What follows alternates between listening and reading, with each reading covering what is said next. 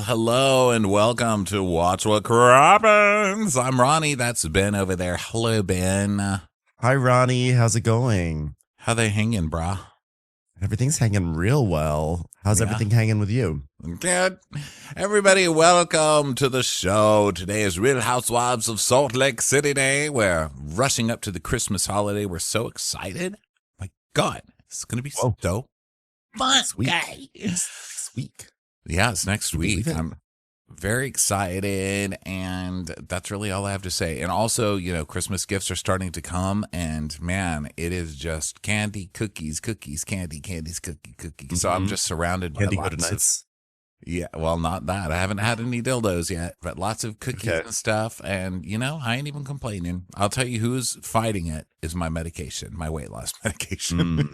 Yeah. It's like, you don't want that. I'm like, eating it anyway. So my body is in rebellion at the moment, but God bless it. Thanks to everybody who sends me junk food. Yeah. I love you. Yeah. No fun. But yeah, today is Real Housewives of SLC, as we mentioned, and Monday is our final Amazon Live for the year. So join us for that at 4 p.m. Pacific time on Amazon Live. You can get a link to that page over at our link in bio on Instagram. You can go check out our Crappy Hour. We had Allison Roman on this week, which was super fun to talk to her.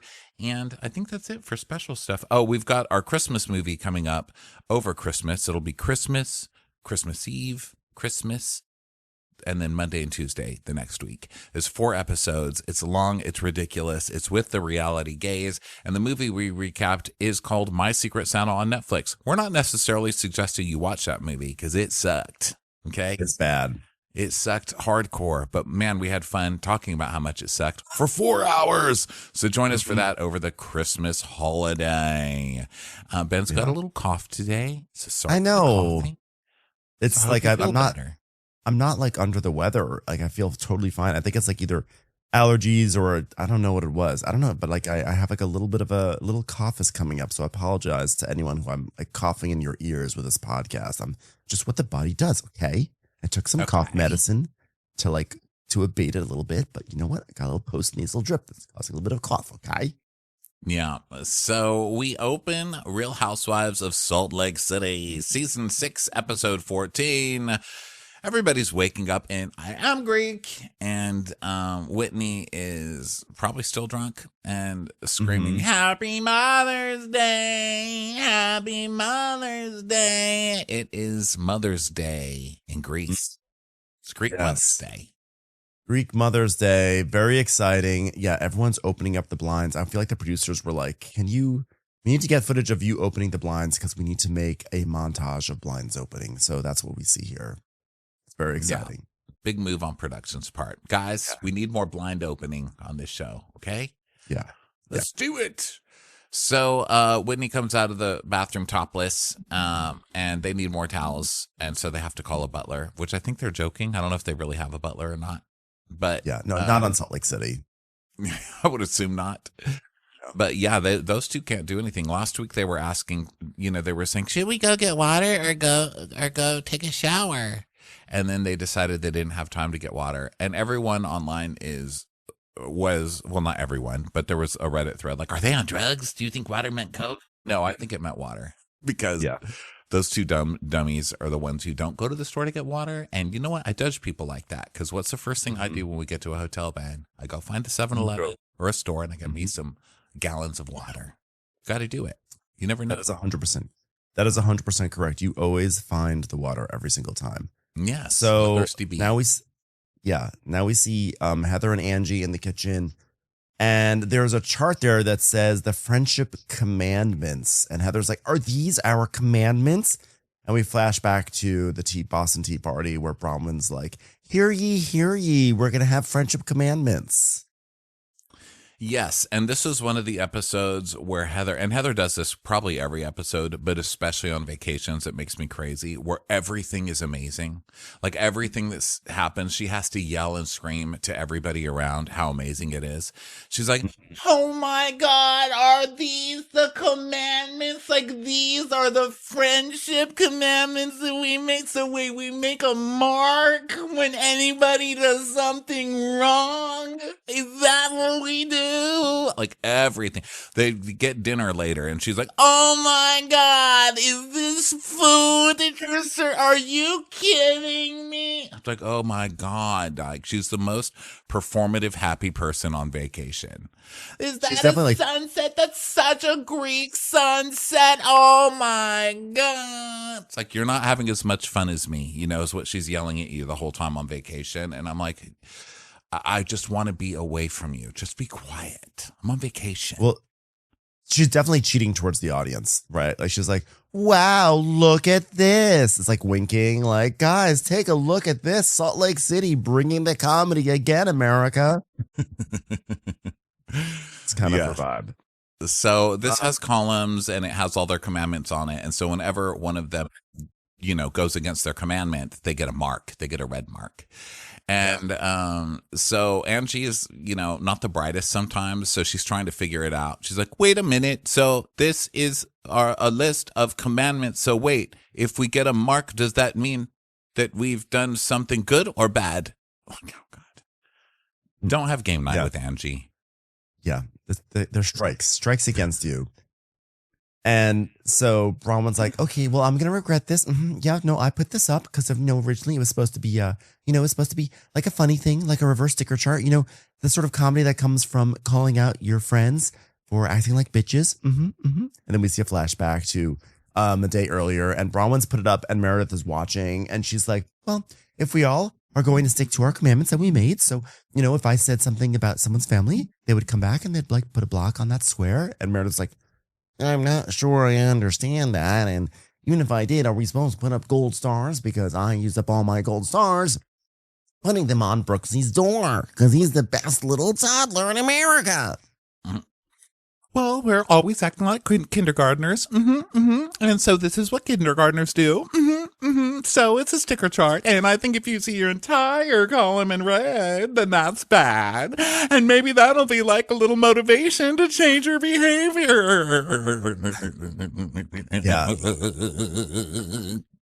Their behavior is nationally televised and it is ridiculed by the internet en masse every single year, and no one has changed. No, I don't know if like a little red ink on the wall is going to do anything.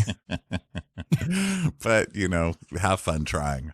So Bronwyn's like, well, people with the least marks, I'll buy a prize. You stick to your commandments and you know what I mean? You know what I mean, guys? And Heather's like, wait a minute. So that means we win? I'm already in the lead. And Angie's like, I'm not getting a prize. And Bronwyn's like, I'm just hoping the sheer humility and embarrassment will turn some of this behavior around. Yeah, again, no, that's no, you're no. So Heather's like, well, I don't want any checks. I want to have my record clean and pure. Let's give Lisa more checks. And then she can say, I didn't do that. Dismissed, dismissed, dismissed, dismissed, dismissed. Then we hear echoes of dismissed, dismissed, dismissed, dismissed, dismissed, dismissed. So they go outside and Angie's, there's not much room between the door and the pool. So Angie's like walking around along the ledge and acting like she's going to fall off a building. And everyone's like, oh God, this is funny. Do you see Angie? She's walking along a ledge. Hilarious. I feel like I am Joseph Smith back in the pioneer days, coming across a lake and not wanting to fall in. Oh, dear God in heaven, please save us and this sisterhood. And then we find out it's Mother's Day again because, Whitney comes out and she's like, Happy Mother's Day. And so they're all wishing each other Happy Mother's Day. And, Heather is saying, best Mother's Day ever. I mean, honestly, I know I'm not supposed to say that, but like Mother's Day, I mean, on a girls' trip with no responsibilities, every Mother's Day should be like this. Brittany's like, well, Mother's Day is usually bittersweet for me, and so it's nice being around other mothers, but at the same time, it's a little difficult seeing how other mothers relate to their kids in an uncomplicated, normal way when I have a really complicated, nuanced relationship. Is it complicated or did you just abandon her for several years? I mean, I think like you've had a few chances to simplify that situation and you haven't. So Brittany's like, can I point something out? Just like we're light and bright and having fun and there's one person that's missing. I wonder who that is. Yeah, so you're blaming Meredith for not being there for you guys to pound her and like dogpile her.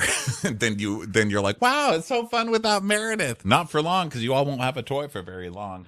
Leave her alone for too long, and they'll be coming for you next, Madame. That's right. Let's see. So Heather is, really upset about Meredith still.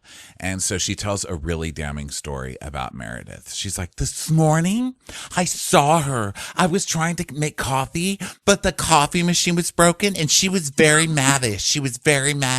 I could just tell she was going to get mad because she tried to get coffee and Angie said it's broken. And then Angie was trying to fix it and Meredith was so mad.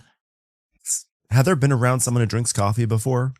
Like, this is a normal emotional response to the coffee machine being broken. You wake up in the morning, you're dealing with a whole bunch of bitches, you're tired, you're hungover, you're jet lagged, and all you are looking forward to is just a nice little cup of coffee. And then the coffee machine's broken on what's supposed to be some sort of 5-star luxury, accommodation. So yeah, I would be mad too. Yeah, don't take it personally. She's mad at the coffee. Jeez. She's mad at the Keurig. Who hasn't been there? Yeah, who hasn't been? Everyone, like, half the point of coffee is that, like, coffee makes you feel better because and then when it's not there for you, you're grumpy, and that's just how coffee is. That's coffee culture. Yeah, but it's also Heather's like, wow, I just yelled at her at dinner again last night after she tried to give me a peace offering. I wonder why she's still mad. This is so crazy. Like, I'm going to enrage somebody and then I'm going to act like a huge victim when they're mad the next day. Which, is typical. So she's like, Meredith refuses to acknowledge my experience. And last night's dinner was no different. I mean, I just shouldn't keep having the same discussion, I guess. But I'm just holding out hope that Meredith will swallow her pride for the sake of our friendship. Lady, she just wants coffee. Okay. So Brittany is like, Angie, okay, like, what are we doing? What's happening next? And Angie's like, well, first we need to find Meredith. So Mary goes in to find her. And Angie's like, Lisa, Bronwyn, Mary, and myself are going to ride donkeys. Oh my God, are you kidding? Are we really? Oh my gosh, like, we're really gonna, like, go ride donkeys? That's like crazy right now. Oh my God, I love that. I love a donkey. I thought I would put asses on asses. These are 2 asses. And then Meredith, Brittany, Heather, and Whitney. And Whitney's like, well, that's an interesting combo. She's like, yes, are going to Greek cooking class. And Whitney's like, why do you hate me all of a sudden? Even though I'm really frustrated with Meredith, it might be nice to spend some good one-on-one time with her at cooking class. And then Brittany is like, are there just, like, not enough donkeys on the island for all of us? Like, what about me? So Whitney's like, yeah, because every time Meredith opens her mouth, Lisa's typing in and wait, what happens when Meredith talks? I'm confused. So now we go to Mary seeing if Meredith is okay. And Meredith is in full-on victim mode, where her head is completely tilted to the side, and she's just looking down, shaking her head, like, so she's like, are you okay? She's like, well, I'm very tired of being treated like I'm a piece of dirt on the floor.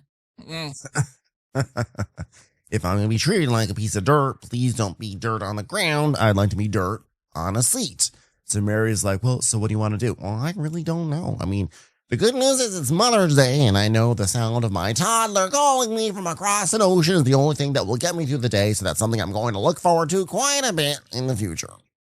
I'm just not in the mood to deal with them. They are mean girls, and they are mean, and that is it. And so she's very tired of Whitney making these false accusations.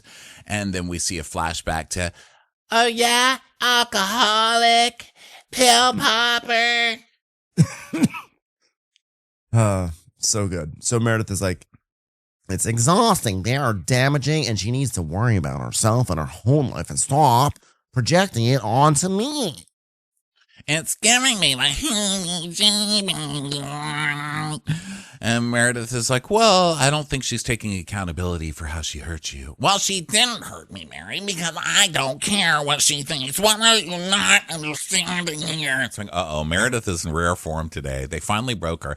I mean, I think Meredith came on this trip, doing her whole like, look what I got, a necklace. Like trying to be nice and trying to put everything past her and just start over. And people were not having it.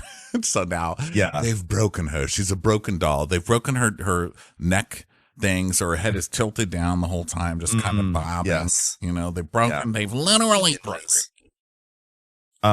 This is such a great Meredith Marks episode. I mean, this is Meredith Marks having a pity party is one of my favorite versions of her. I think we talk a lot about Meredith Marks getting angry and yelling at someone, but like this entire episode she's so funny. Every single thing she does and the way she is so melodramatic, it really brought a smile to my face.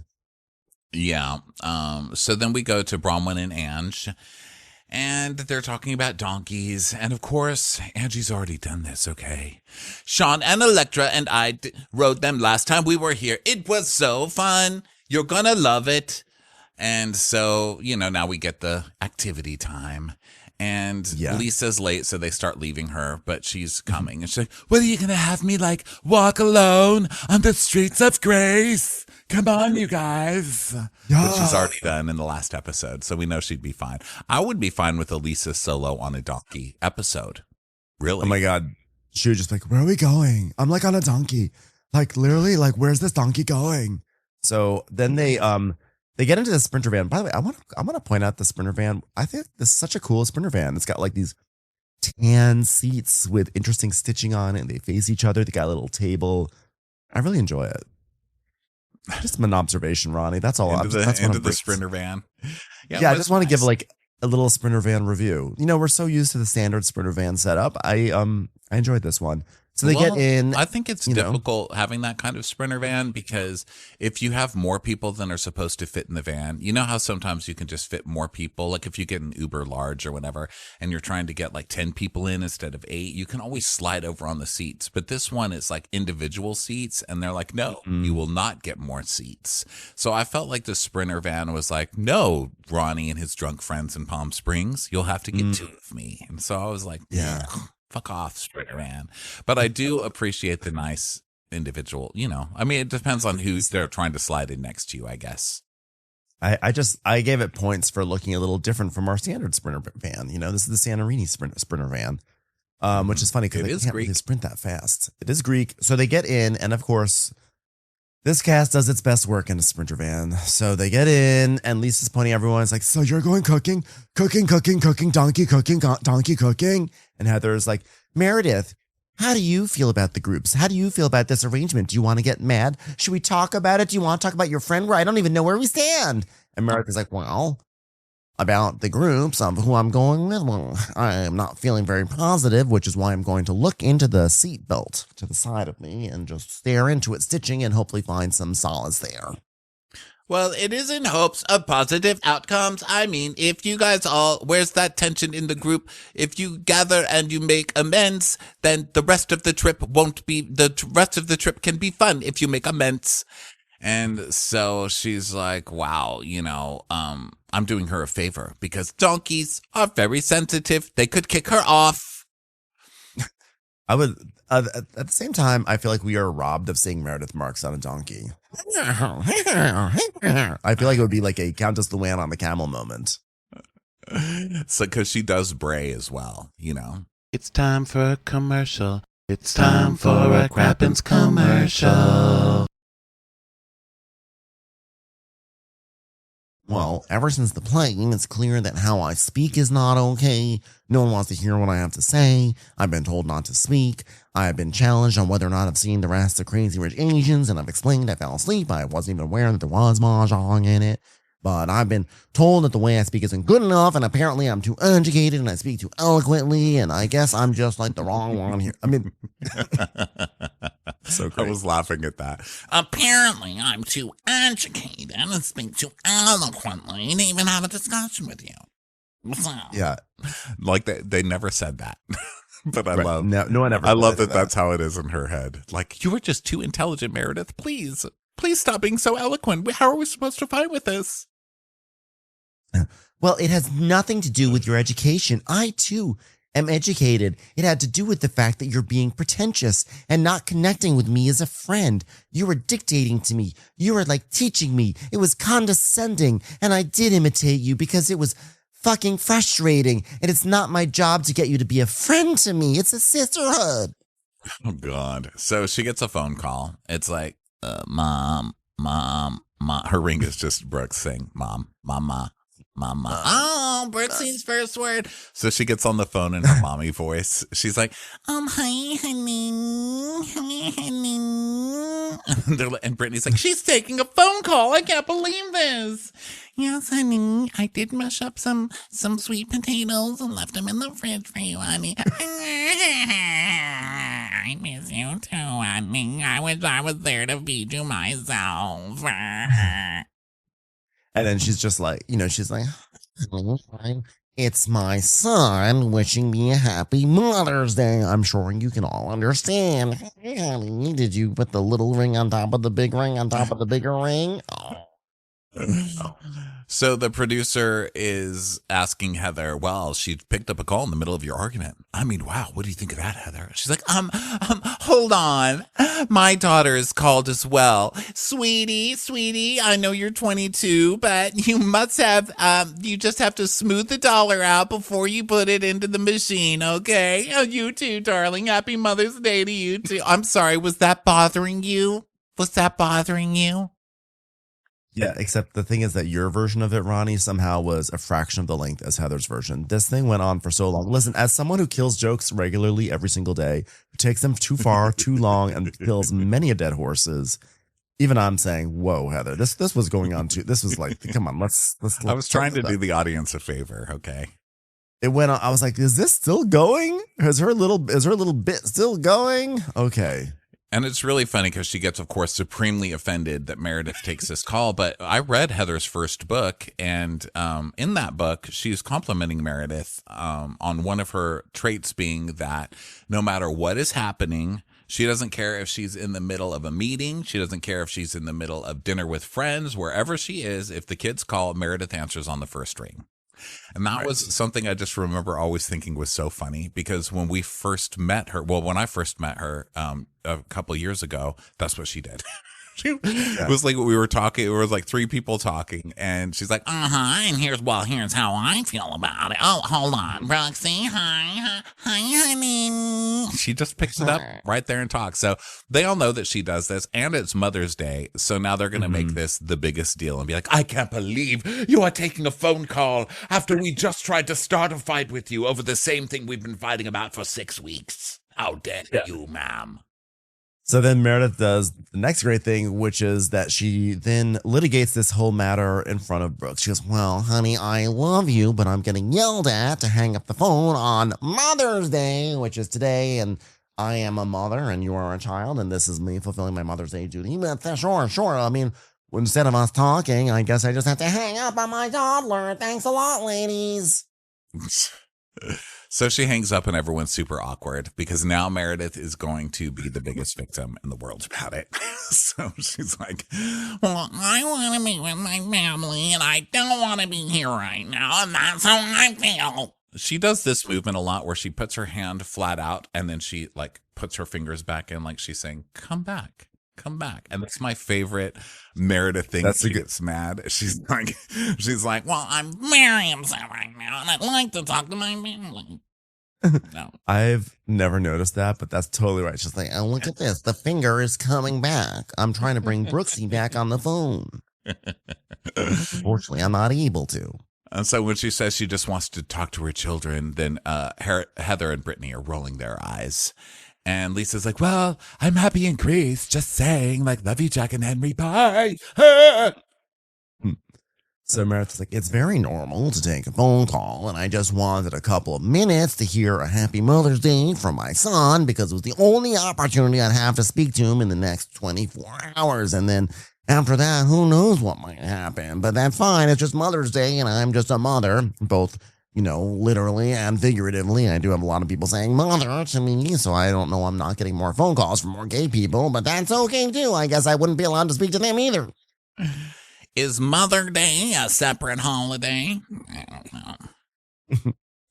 Look, I'm upset because I felt like I got raked over the coals and I felt like all of my track record was thrown out the window and it totally crushed me. And then you never could even like deeply apologize or see that it hurt me. You talked your way out of it. You made it seem like it was quid pro quo, which doesn't even make sense here when it absolutely wasn't. And that's okay. We all fuck up. I will maybe step outside my comfort zone and say I fucked up. I'm sorry and I love you. I love you and I do not want to put our friendship at risk, but I did not get that from you and it makes me question when the next morning I wake up and I'm still in trouble, still getting cold shouldered like I'm in trouble for you not being okay and I'm not okay. You are okay. What are you talking about? You started this fight and you did it again last night. I don't know what in the world she's talking about that she's so victimized. That fight on the plane had nothing to do with you, and you didn't even step in to help the girl who was supposedly so abused, and you said you fell asleep 3 times. So I'm not really sure how you're victimized, but Heather's whole like, oh, I'm the one who's hurt and you won't even apologize to me. What are you talking about? Now we've gotten to the point where Heather deserves an apology because Meredith called her a liar. That is... I can't. So Meredith is like, well, I am so sorry, and I don't know what to say other than that. Yeah, I love this. I love Meredith Marks doing the very serious monotone, insincere apology. Well, I'm so sorry. I don't know what else to say to that. I'm sorry. But then is it just me you have tension with? I mean, it's Heather and Brittany too, girls. You want to fight with Meredith now? I've already taken my turn. And Lisa's like, okay, you know what? Let's just talk about the real issue. Okay, Whitney, her feelings are hurt because like she's basically, I want to hear from Meredith. I want You're to. doing it really? again. Because you're piping in on Heather's fight right now, as you always do. But you're doing it again. This is what I say happens every time. She goes gray rock and you pick it up and you speak for her. What? I didn't pick up a rock. No, I'm just saying like what you mean because this is why we're gray rocking because nobody says what they mean. That's all I am doing. It's Mother's Day and I had to hang up on Brooksy. That's it. But why do you feel like I'm always after you, Meredith? I don't know. I don't know, Whitney. Why would that be? She's just like, you are Whitney. That's why. She's nah. You can't say that I am because I'm not.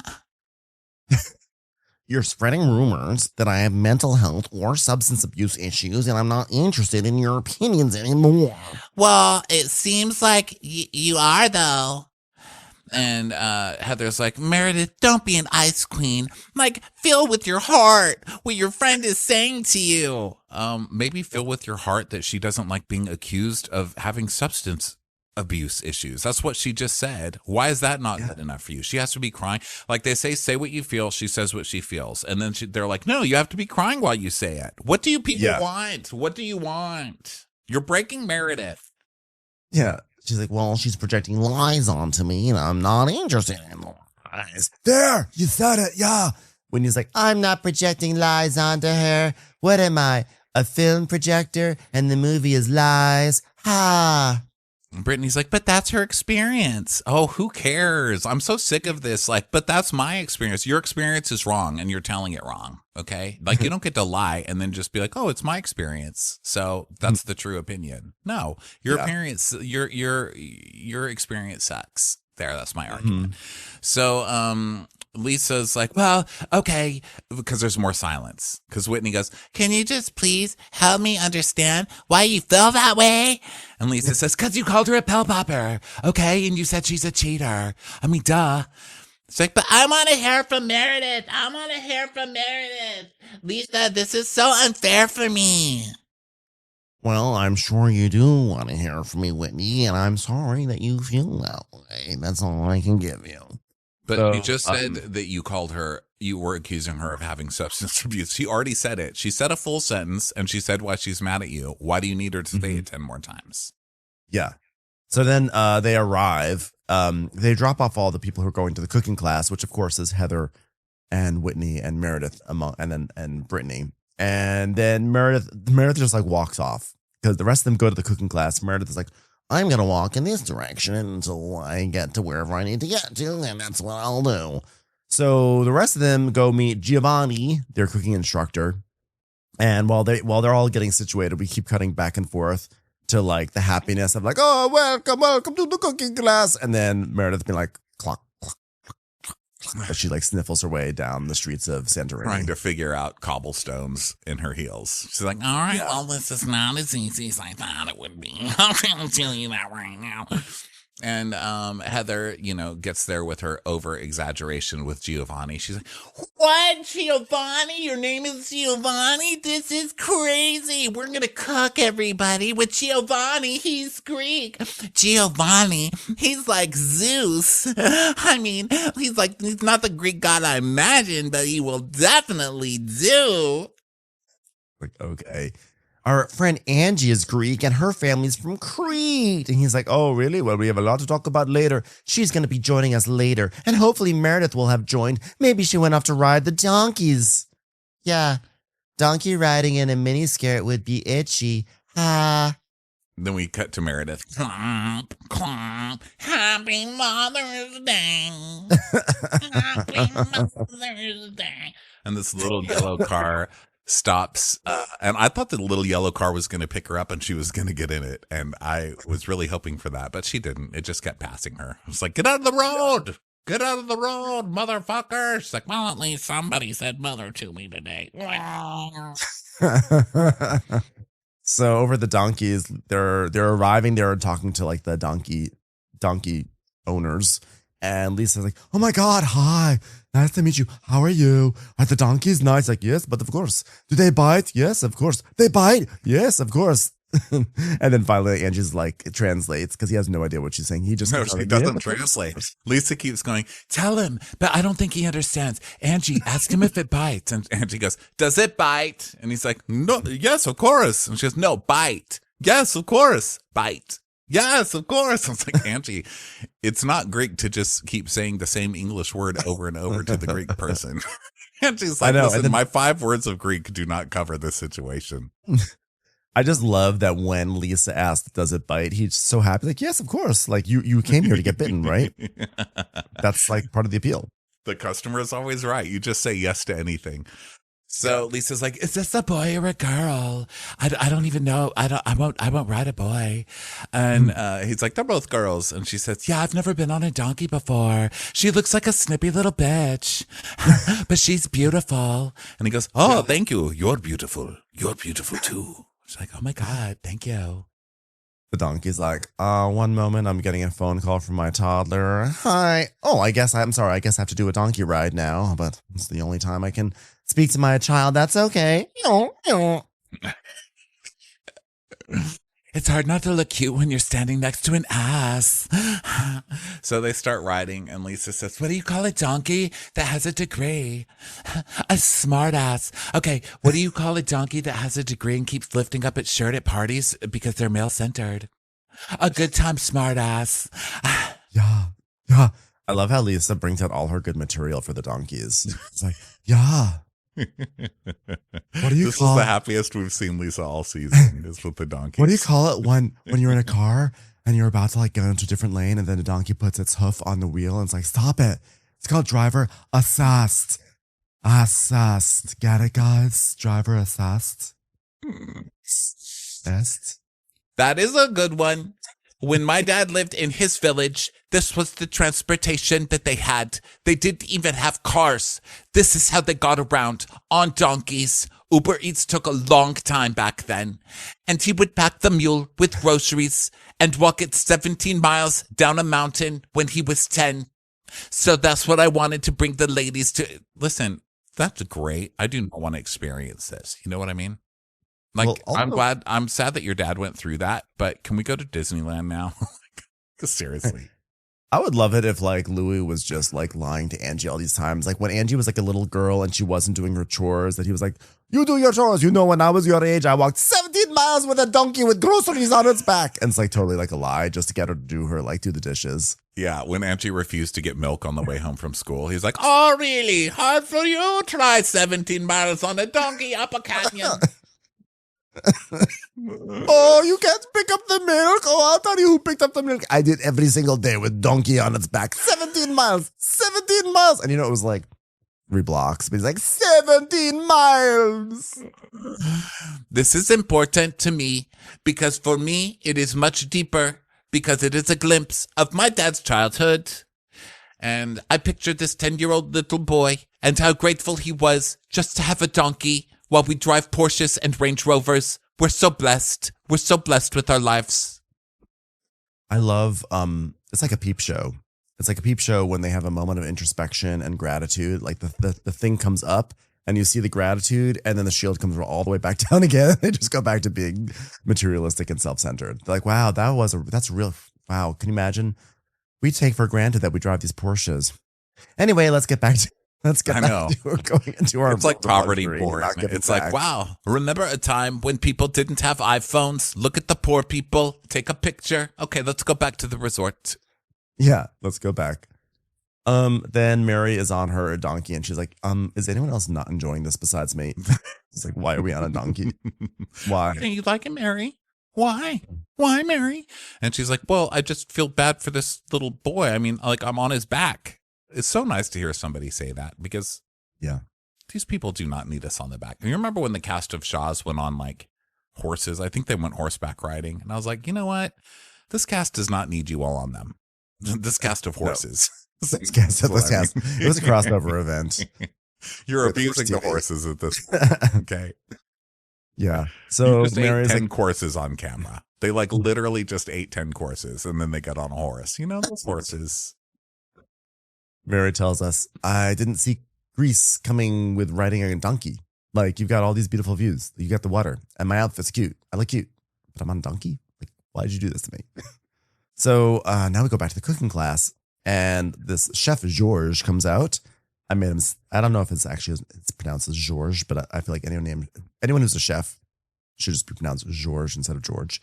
And Heather is like, so tell us everything. What are we making today? Pray tell, what does Zeus from Mount Olympus, what has he brought down for us? Is it ambrosia? Is it wine? Is it grapes? Please take us into your land and perhaps bring us back to the council of the gods. Like, okay, ma'am. Okay, we're just making moussaka. That's it. It's just moussaka. Yeah, it's like, well, it's Greek moussaka to be specific. He's like, it's Greek moussaka. Oh, thanks for the specificity. And Heather's like, are you kidding? We got our own little moussakas that we get to make. We're making our own moussakas. Wow. Wow, girls. Like, they know. They're all there. Why are you announcing everything like you're a game show host? Just let them make their fucking moussaka, for Christ's sake, lady. Yeah. And so then we hear here comes Meredith. In classic Meredith form, the classic walk off, walk back. Yeah. Like, head tilted, hair just kind of swinging in the wind. She's kind of moving it out of her way, and her big, she's like, I guess I'm here. I had no choice but to go back because I'm stranded. Otherwise, it's not exactly what I want to do, but where else am I going? I can't walk back. Gonna make the moussaka, or as Brooksy likes to call it, Momsaka. Actually, what he says is Mom's so cool, which is sort of like moussaka if you think about it. So Giovanni's like, Momsaka. Oh, hello, my name is Giovanni. George, our chef, is here. Beautiful lady, come please join the beautiful cooking lesson. And she's like, wow, lovely. Thank you for welcoming me. Hushed tones mode has been activated. Thank you very much for inviting. Thank you. I appreciate it. For inviting me and welcoming me. Does this moussaka need to be seasoned with the salt of my tears? Because I'll be over here crying in the corner. Commercials. Here comes one right now.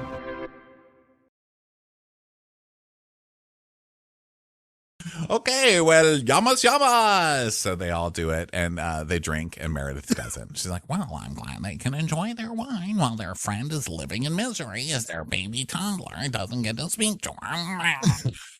So now they cook, and, Heather's still freaking out that she's making moussaka in a little tureen. So Giovanni, this guy's actually so nice. He sees that one of the people at the table is clearly upset. So he sort of goes over to her and he's like, what is happening? Are you okay? She's like, I'm okay. Thank you very much. You're very gracious. Can I help you? Honestly, how can I help you?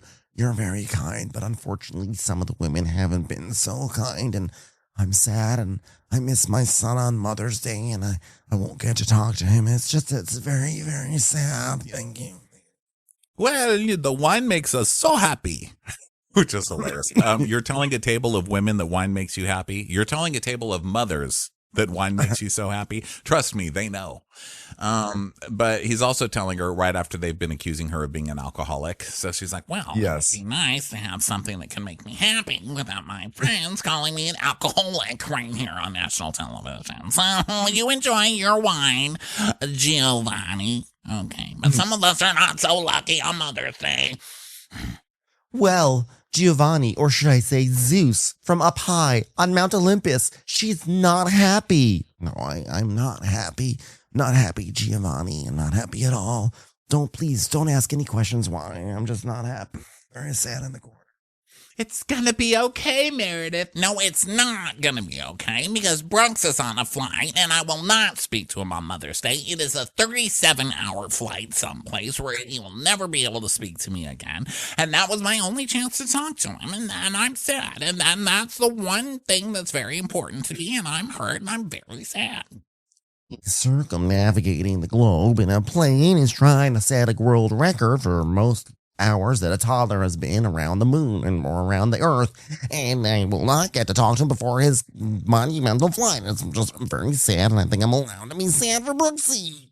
By the way, Brooksy is the one who booked a flight on Mother's Day. Brooksy is the one who is at fault here. Brooksy should be waiting there until he does not get on a plane until he has a good conversation with his mother. I rescheduled my flight so I could say, "Hey, Mom, sup?"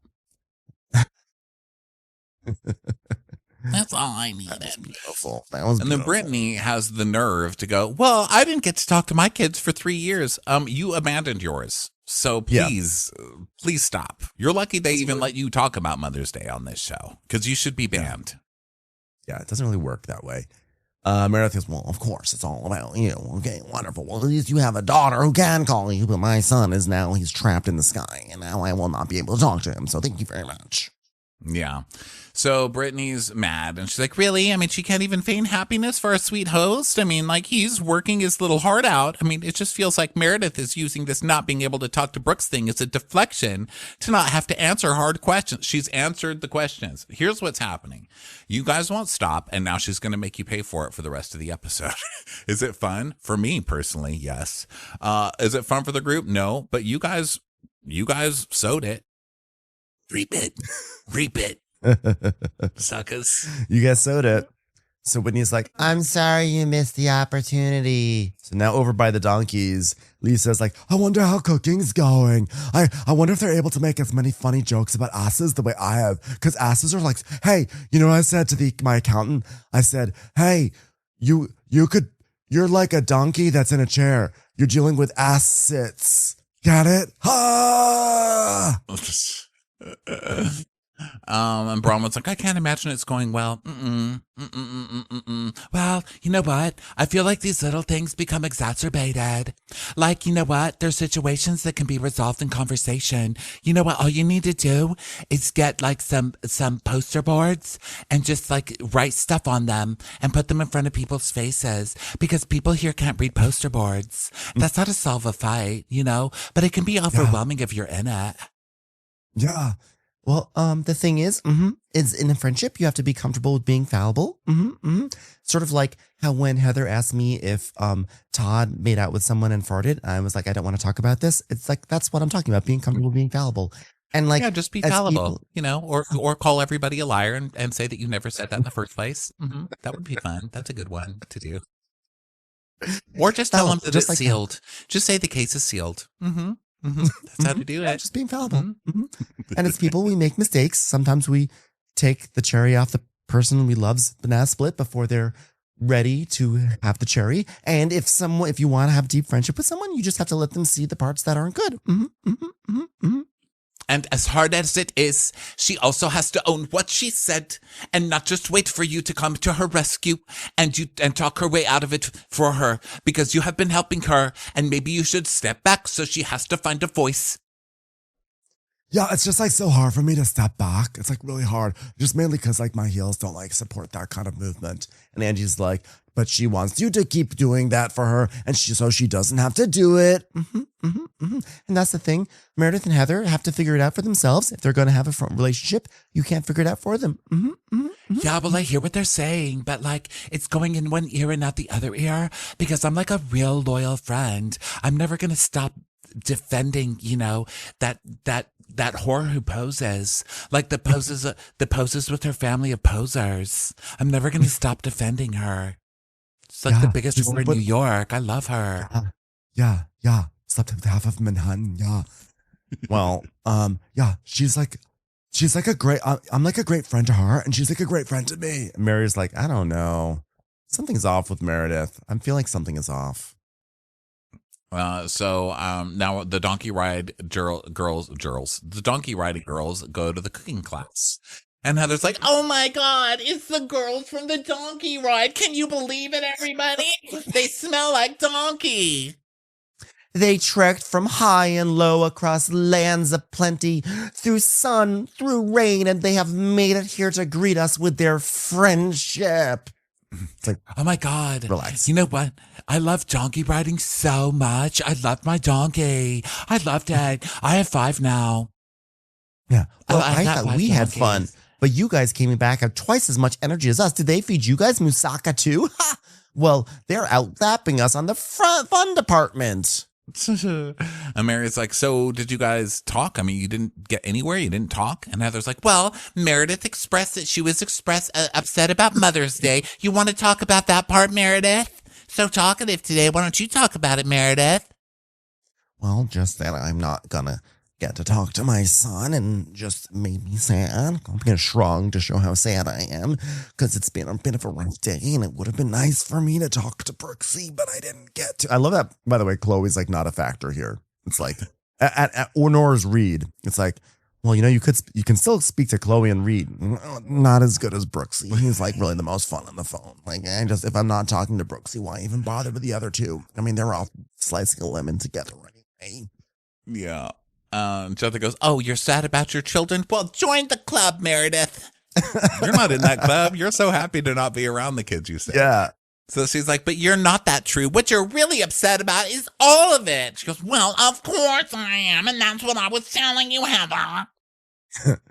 Yeah, well, when it comes to your emotions, I think it really has nothing to do with Mother's Day. And it has to do with like our feelings and our relationships and our friendships. Well, am I allowed to just be like upset for like 5 minutes? Okay, I tried to walk away and it was very difficult cobblestone street, so I had to come back here and cry.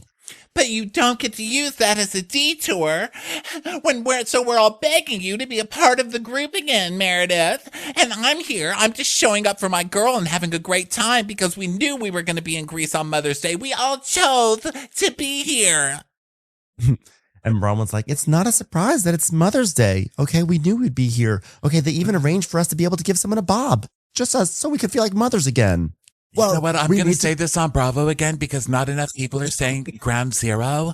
So let's just go back to ground zero. Come on, guys.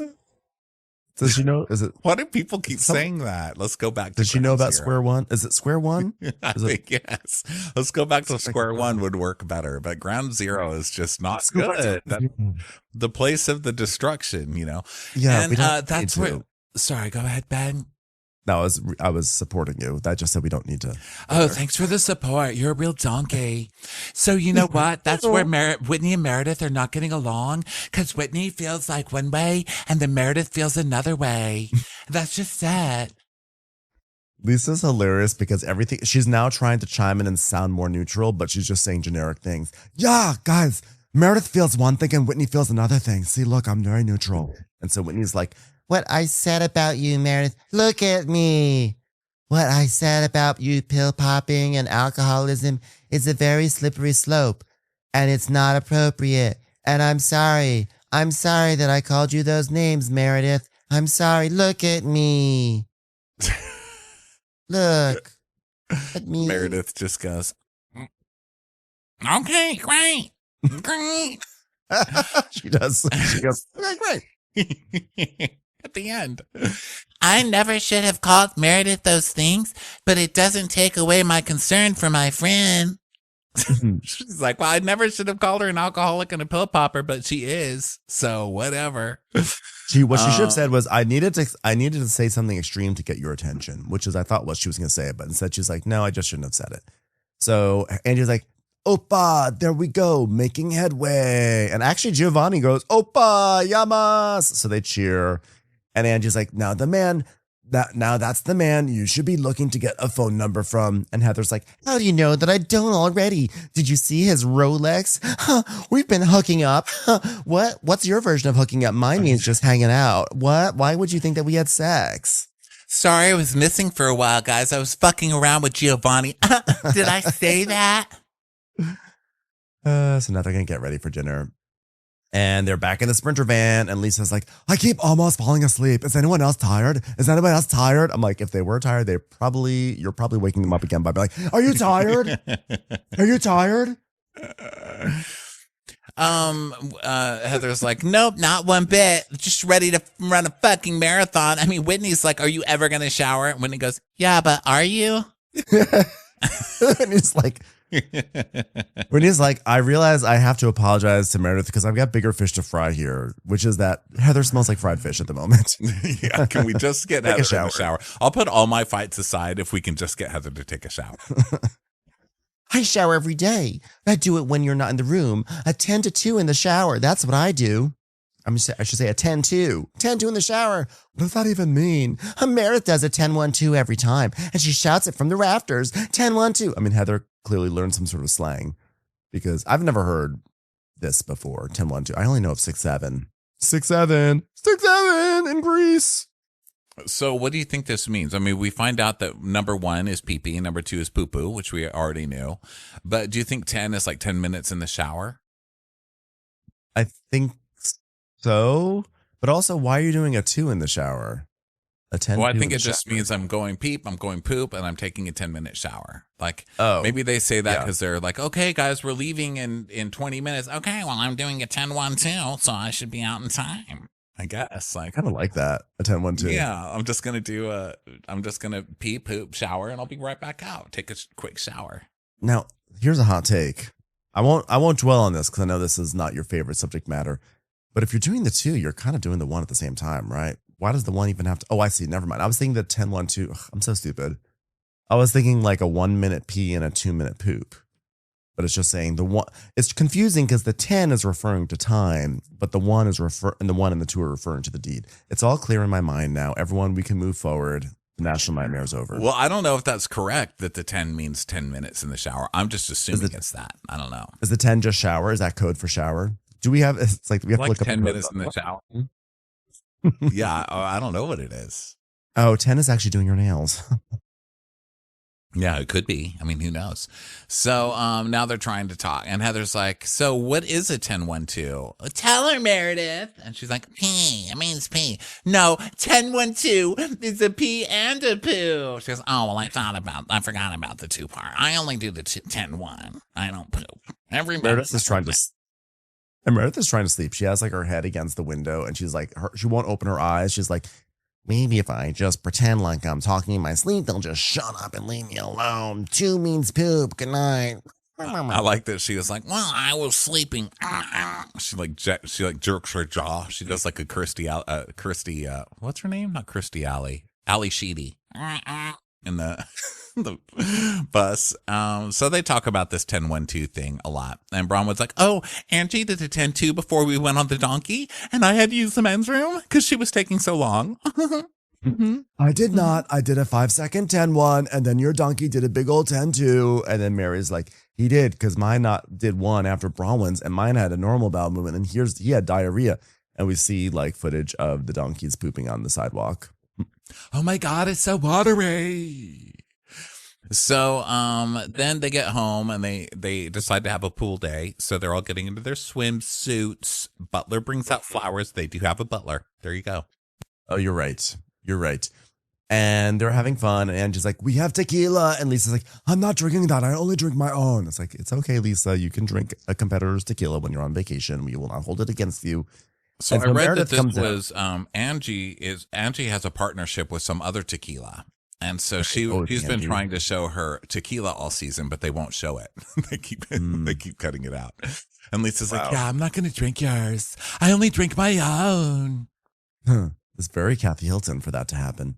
So Meredith comes out and she's in like a cute little number, it's like a bathing suit, but it's like it's typical Meredith where it's like a bathing suit, but also looks like she could like have a meeting in it. And they're like, Meredith, wait a second. And then they're like, that you're supposed to be wearing a bathing suit. And then she's like, oh, hi. And then she drops the bottom part and there's bikini bottoms on. And she explains, hello, honey. I do love the Meredith Marks vacation pivot because she does this. I mean, I think season 2, there were many vacation episodes where she was screaming at people and then they'd just wind up in a hot tub, just like laughing and joking. She really can do it. She can just turn it all around. She also has more business casual bathing suits than anyone I've ever seen. Like, where do you even get those? Like, she has like business suit bathing suits. It's so fucking funny that she pulls so many of them out. So now they decide they're going to have fun by doing a doggy paddle race, which I don't think they know what doggy paddling means because they breaststroke. This was not Thank the you. doggy paddle. It was really Whitney who was doing the breaststroke. I was like, this is not a doggy paddle at all. Like, you do not know what you're talking about. So they do it, and so it's Whitney, Meredith, and Brittany, which is shocking because Meredith is with her 2 sworn enemies of the season. And now they're all happy that Meredith is happy. And then Meredith also cheats. And they're like, you cheated. She's like, I know, but you were going to win. And I got mad. And then she's like, yeah, Meredith's back. Yeah, so she gets flowers from Broxy, Brox and Chloe, and Lisa's like, "Oh my God, Angie, do you usually come here? Do you get any other cuisines other than Greek stuff?" And she's like, "Well, actually, Electra gets sushi," and Heather's like, "Electra's rejecting everything Greece, including the food." Does she identify as Greek? Well, right now she identifies mostly as just her horse stuff. I was like, I don't know if horse stuff is a nationality, but sure.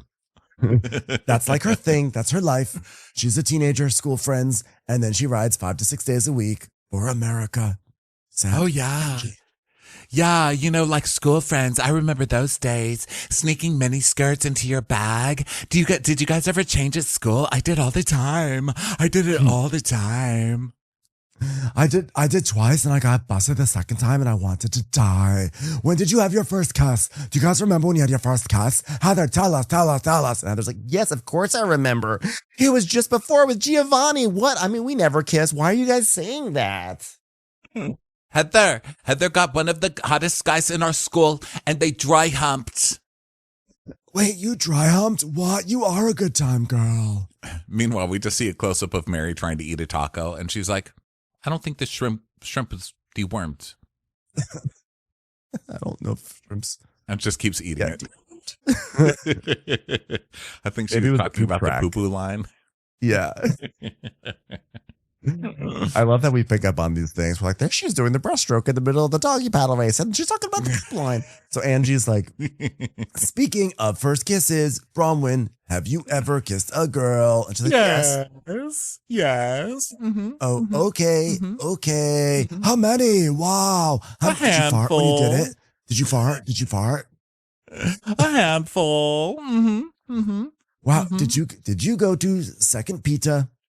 Yeah, I've done more than just kiss girls on their pita, guys. Okay, I've done more. Wow, second base? You've done second base? Well, I've done more than everybody here with a girl. How about that? Are we clear? Can I get Whitney out here, please? Can I get Whitney out here? And Heather's like, I've never kissed a girl. Heather's like, I've never kissed a girl. We have morals. Yeah. Can we just roll the clip of the Black Eye Night when Heather and Jen Shaw were like wasted, lifting up their shirts and pressing their boobs against each other and then making out? We just show that. Yeah, seriously. Your morals. So Brittany comes out and she's like, why do you need help? And well, they're asking me if I've ever kissed a woman and I don't want to be the only person here with anything to share. So can you sit down and answer some questions? So then they kiss and he's like, how did I know that was coming? Oh, I've been told ever since my first kiss that I'm a great kisser. So Bronwyn be kind of dry there, but if a pet got her excited. So none of you guys have kissed a girl? Have you guys ever kissed a very old man who likes were their originals? How about that? Like, no, we haven't. Would you want to? And Brittany's like, no, I've kissed hundreds of women. No, of men. Well, you're talking about kissing women. Why are you saying I've kissed hundreds? As if that, okay, well, whatever. So Brittany says that she's kissed hundreds of Brittany. men. She has to remind you that men find her very, very attractive. That's all she's got. Yes. So she's kissed 367 men. And Lisa's like, how do you keep count on your Excel sheet? She's like, yes. So she's been keeping a little spreadsheet of men. Is it like kissing sessions or is it individual unique men? 367 is a lot of people. That's insane to keep a spreadsheet of the men you've kissed since college. Is that just, that's cuckoo? Is that also like friendly kisses where you see someone you haven't seen in a while and you give them a kiss on the cheek? Or is it like full on romantic kiss? It's a lot. That's a lot of people. I don't know, but I'm sure it's followed up by a lot of phone calls from Brittany going, "Are you going to call me? I'm just waiting for you to call. I'm just waiting." So Mary's like 300. That's how many people are in my church. And Heather's like, "Oh my God, what was the first rule you guys broke in your house growing up?" Meredith's like, "All right, story time. Well, I'm not sure that my mother knows this to the day, so I hope my mother never hears this. But my parents went on a huge trip, so I had an enormous party with all of my friends, and we got together, and we fucked, made out, ate each other. Fuck dudes. Got Lit pregnant. the fence on fire. Broke a dish. We broke a dish." And Brittany's like, ooh, well, yeah, I'm sorry, Mom. And Heather's like, Jeeves, bring us the glue. I can't believe this story. Okay, well, Heather, I'm also like, yes, it is ridiculous. It is hilarious that that's the climax of the story. But Heather's entire thing, her entire shtick is that like she lived a very G-rated existence and now she's gonna make fun of Meredith for doing it? No, Heather, no. You'd be in shock. And Bronwyn's like, "Wow, it only took her 40 years to admit she broke that dish. She'll be like 80 years old saying, 'Hey, grandkids, guess what? I did something on a plane once.'" That was funny. So Mary's like, so anyone else have any stories? And she's like, the Greek nightlife is calling. Should we go change? Get ready. Go out. 10-1-2, everyone. 10-1-2. So they're all gonna like get changed. And Heather's like, what are we wearing? Are we going to the boardroom? Bikinis? Huh? No boardroom. Meredith, do not dare come out in the blazer. Which she does. I love that Meredith was like, "Well, I'm gonna do what I'm gonna do, which is wear my blazer." So they get ready, and we see Angie and Mary getting ready, and Mary's going to stay in, and she's just tired and jet lagged, so she's just going to stay in. And then Bronwyn and Lisa are by the commandment chart, and Lisa's like, I love making these marks. I don't even know why we're doing it. Is this for how many Diet Cokes we're ordering for tomorrow? No. By the way, did you put this mark over here? Yeah, that's for Whitney. Like, move it over. Put it on Whitney's. Yeah. So Heather's like, "Wow, Whitney, you look like an Austrian pummel thrower. You look like you could do the shot put." And Whitney's like, "Oh yeah, you better watch your face." And then she throws her gold bag across the room to hit Heather, and it misses. And she's like, "That was my Prada bag. Whoops, I broke it." Is a pummel? Oh, Oh, well, I'm not even going to ask. I was going to say, is pummel thrower a thing? I know there's the pummel horse. Anyway. I thought there was a shot put thrower. Maybe she meant a shot put. I think, yeah. Honestly, I can't even make fun of Heather for saying that because the number of times I use the wrong word at the wrong time, I'm just as guilty. So Heather, you're off the hook with your pummel reference. It says a pummel thrower isn't a standard term, but likely refers to technique in combat sports or historical martial arts using the pommel for strikes. So, yeah, I think she just got it confused. Yes. I was like, I will choose this moment not to be a typical person on the internet and rake her over the coals for saying pummel instead of shot put. I'll let her go. You get away with this one, Heather. I got my eye on you. So they have this funny moment. And then they get into the Sprinter van, my favorite Sprinter van, I'd like to point out again. Oh, hold on a second. I have to interrupt this podcast because I've got some information. The slang terms 10-1 and 10-2 are primarily walkie-talkie codes used in film production, but in other fields, they're used for taking a bathroom break. A 10-1 refers to a quick or short bathroom break, urination. And a 10-2 refers to a longer bathroom break, defecation. So I guess I guess it doesn't have to do with the length of shower or a length of shower. We just added the shower in there. Yeah, I think it's just 10-1. 10-1, good buddy.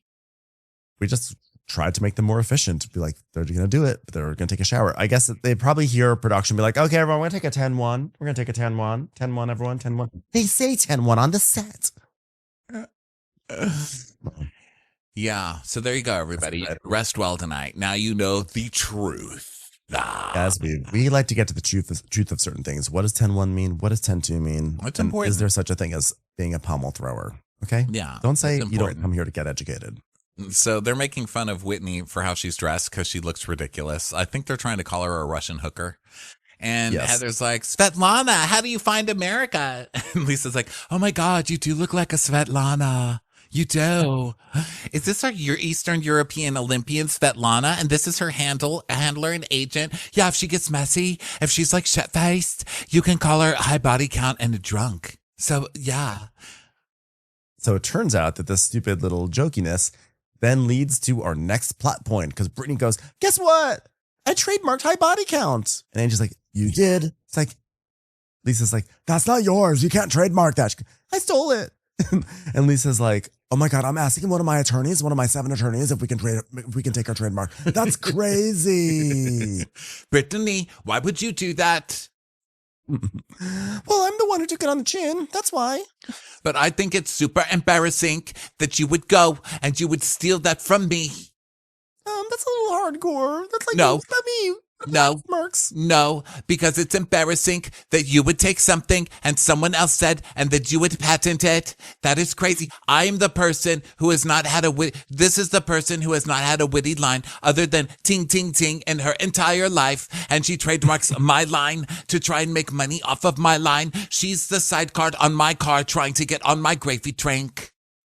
I love Angie's mixed metaphors. This is the sidecar on my car. Like they're doing some sort of Back to the Future 3 thing where there's a gravy train and they're on like she's like on a motorcycle and Brittany's on the sidecar and they're going to jump onto the train, but it's a gravy train. Like that has nothing to do with the sidecar. I have to say, I think that like this is definitely Angie's phrase, but like that's on Angie. If she did not trademark that right away as it started to blow up, that's a bit on her. Like, she should have been on top of that. Well, honestly, it's also on the trademark office. They're not supposed to just be handing out trademarks willy-nilly. Like, Angie didn't invent that either. I mean, if Angie went to the trademark office and tried to trademark high body count, she shouldn't be able to trademark that because that's been a term since the 80s. Like, why? Like, I mean, I know that Angie made it popular on this show, but that term has been around for a long time. Most recently used, as we all know, in the manosphere.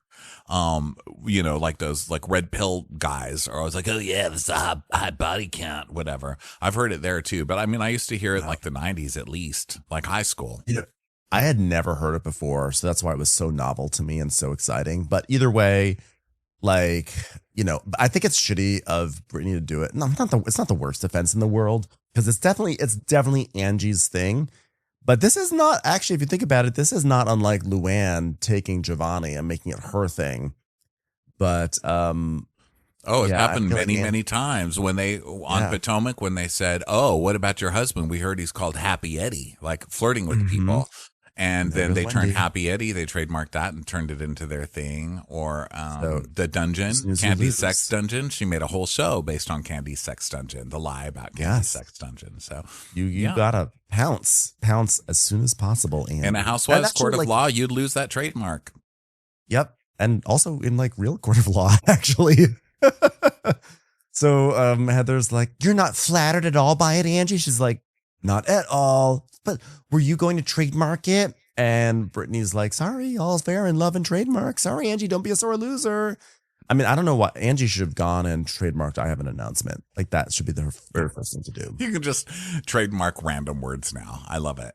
Because that's basically what it is. Like, I can't believe you could trademark that. It's nuts. That's literally nuts. They could have a hostage exchange. Yeah. Like, I will give you, I have an announcement if you give me high body count here. I'm not that mad. I just think it's kind of embarrassing and weird that you would do that. She's like, but I'm the one that had the hair ratted. And she goes, oh, so you think people want their hair to look like this? Is that what you're saying? Like they're going to buy your hair product? I mean, come on, Brittany. Mm-hmm. Well, what's wrong with my hair? I love my hair. Your hair's gotten better. It's still way too long for your age. No offense. It's like, yeah, when I look at you, it makes me want to cut my hair. Because when I see Britney's hair, I'm like, oh my God, my hair's almost as long as Britney's. And I just think it looks cheap. I'm not even lying. Oh my God, you think my hair looks cheap? Yeah, I do. Yeah, it makes me want to cut my hair or take a length off a little bit so I just don't look as awful as you do. So rude. So now they arrive at a place called Tango, and we know because Heather goes, oh my God, we're at Tango. I wonder if they accept cash here. So Lisa's like, in the summer, I feel like this is probably like insane and amazing. Have you been here in this summer? Summer, the time when the Greek gods and goddesses come down from Olympus and celebrate with us simple humans, and we say, please, please take us up to your mount and make us immortal. It's like, okay, Heather, be quiet. Okay, we get it. Do you want to hear my and Bronwyn's new business venture? I'm in a good mood tonight. It's me, Meredith Marks, being in a good mood. And they're like, sure. And Bronwyn's like, sure. Well, Meredith asked me if my straw worked, could I drink out of my straw? And I said it would be great if I had a flask inside that you could drink out of. And then Meredith said, let's trademark it. So we got a patent. Ting, ting, ting. We don't have an announcement because it's a secret flask that goes inside your drink. And they're like, oh, because actually it's that Bronwyn has like a little purse or a bag that looks like a drink, but it's not a drink. So it has a fake straw. But she's saying, no, we are going to patent that there's a real drink in there. Oh, I'm glad you said that because I thought they were coming up with a flask that's small enough that you put in a glass. Like a club within a club. Yeah, and I was like, why don't you just pour it into the glass? I thought it was weird. I mean, I knew it wasn't serious, so I wasn't trying to take it so seriously, but now I see what you mean.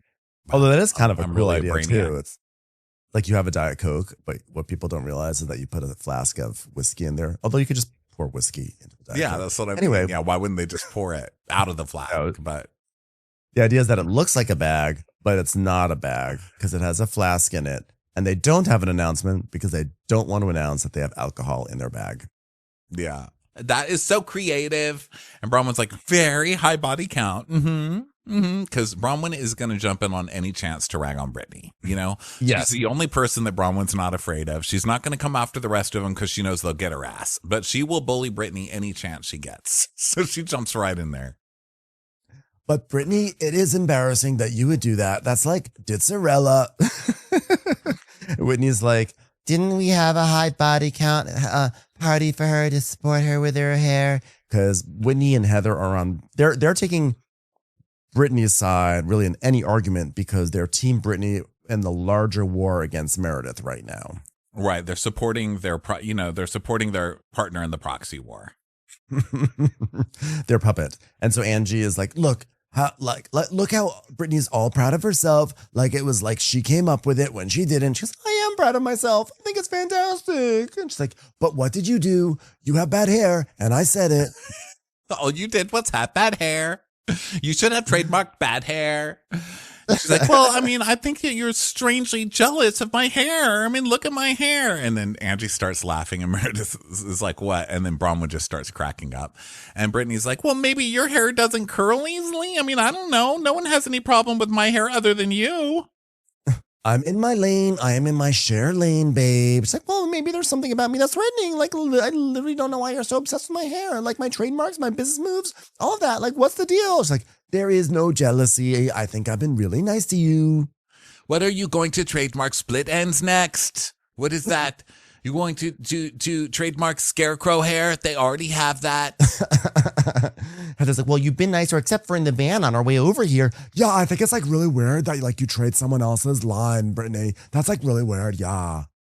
Well, it's not someone else's trademark, but it is my line. Oh, so just because you thought of the same thing, I'm supposed to give up my trademark to you? No, hell no. No, she said the line. She didn't think of the same thing as you. You didn't think of it. You didn't think of it. You don't think of your own insults against you. And Braun was like, you didn't think of the same thing. She said it first about me, but you didn't think of it. Here's the thing. You had some crazy ass hair. She made fun of it. She said it. And Heather's like, Angie did not invent high body count hair. She said it in a funny way. But she made it famous. Okay. She made it famous. So if somebody said you look like a slut, then what? Then what? Do you own the word slut? Do you own the word slut now? So Meredith and Braun were cracking up. I was smart enough to do it first. So, oh God. Well, and Angie goes, oh, so now I wasn't smart enough? You sound like a fool, Brittany. And she's like, Whitney says, but wait, high body count's supposed to be funny. And I have a high body count outfit on, but low body count hair. And that's what's funny. Whitney explaining the finer nuances of this term. And she's like, and to sit and attack. I have a high body count outfit on, but I have bullied person hair. Trademark that.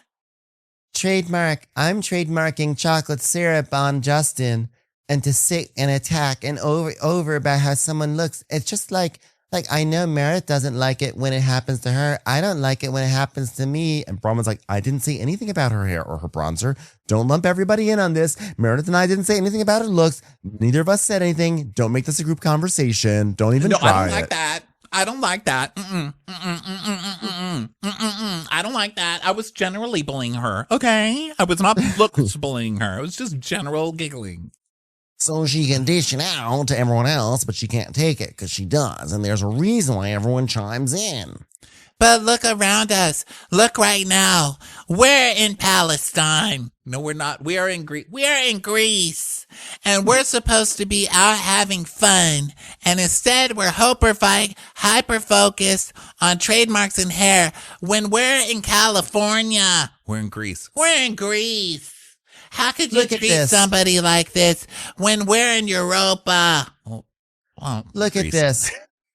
Look at the view of the Bay of Tokyo, and you're going to fight about hair. And Angie's like, okay, then let's be done with it. Shockingly, they actually stopped fighting. I was like, oh, we're heading towards a big to be continued. Instead, they just cheers and Happy Mother's Day. And Brittany says, I'm trademarking that.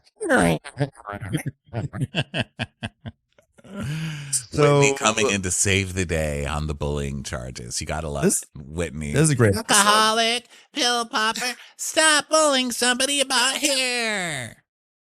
Great, hilarious episode. And then Salt Lake City is off for a few weeks. At first it was 3 weeks, and then I guess you saw something it's gonna be off for 2 weeks. But either way, it's gonna be off next week. For us. So you will not, for us, it's gonna be off for 3 weeks. Yes, it'll be off for 3 weeks, which is tragic. But just for anyone who is interested in just general programming notes, that's the news for that. Thanks everyone for listening. What a fun show. What a fun, wonderful way to spend a Wednesday.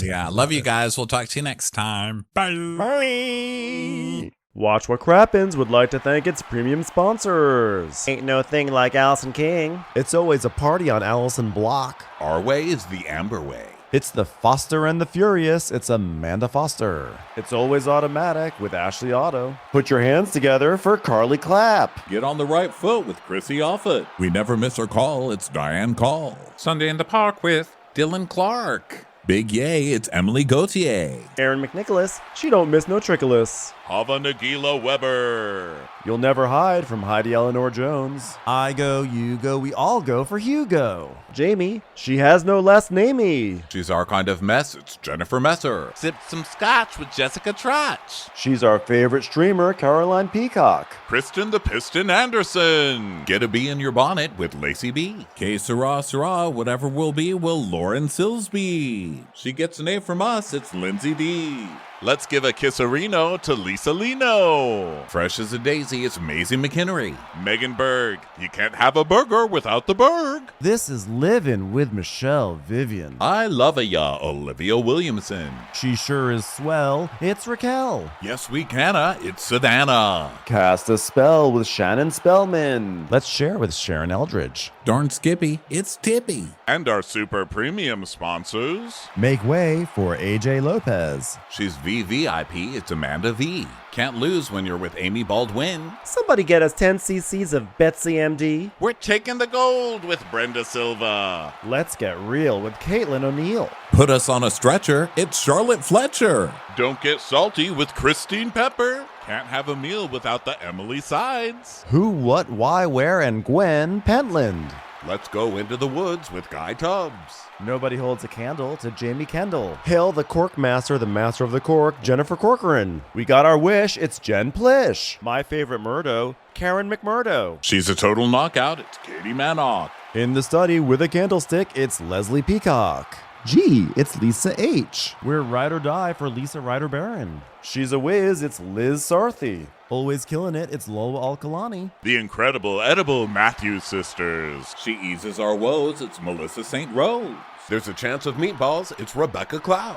Maximum love for Sandy Maximoska. She's the queen bee, it's Sarah Lemke. We cannot tell a lie, it's Sarah Tellefson. Shannon, out of a cannon, Anthony. Please don't stop, it's Soli and Pop. Let's take off with Tamla Plain. You'll always get the full story with Tori Parsons. She ain't no shrinking Violet Couture. We love you guys.